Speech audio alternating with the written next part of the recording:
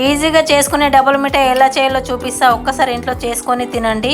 Bread ముక్కల్ని 4 ముక్కలుగా చేసుకొని ఫ్రై చేసుకోవాలి. అందులో కొంచెం నెయ్యి నూనె వేసుకొని 2 సైడ్లకు బ్రౌన్ కలర్ వచ్చేదాకా ఫ్రై చేసుకోవాలి.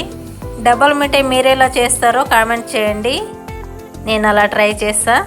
ఇదైతే సూపర్ టేస్ట్ వచ్చింది. మీరు కూడా ట్రై చేయండి. ట్రై చేసిన తర్వాతనే లైక్ చేయండి. కాజు బాదం చిన్న కట్ చేసుకోవాలి. ఇది కస్టర్డ్ పౌడర్, పిస్తా ఫ్లేవర్ ఉంటుంది. ఉంటే వేసుకోండి, లేదంటే లేదు. కొంచెం నెయ్యి వేసుకొని బాదము కాజు బాగా ఫ్రై అయిన తర్వాత మిల్క్ పోసుకోవాలి. 1 గ్లాసు మిల్క్ వాటర్ పోసుకున్న తర్వాత యాలక్కాయల పొడి షుగర్ వేసుకోవాలి. 1 గిన్నెడు వేసుకున్న తర్వాత బాగా మరిగిన తర్వాత కస్టర్డ్ పౌడర్ వేసుకోవాలి.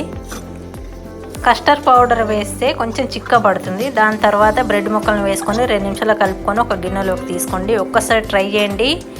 మళ్ళీ తినాలనిపిస్తుంది ఈ స్వీట్ డబుల్ మిఠాయి. ఒక్కసారి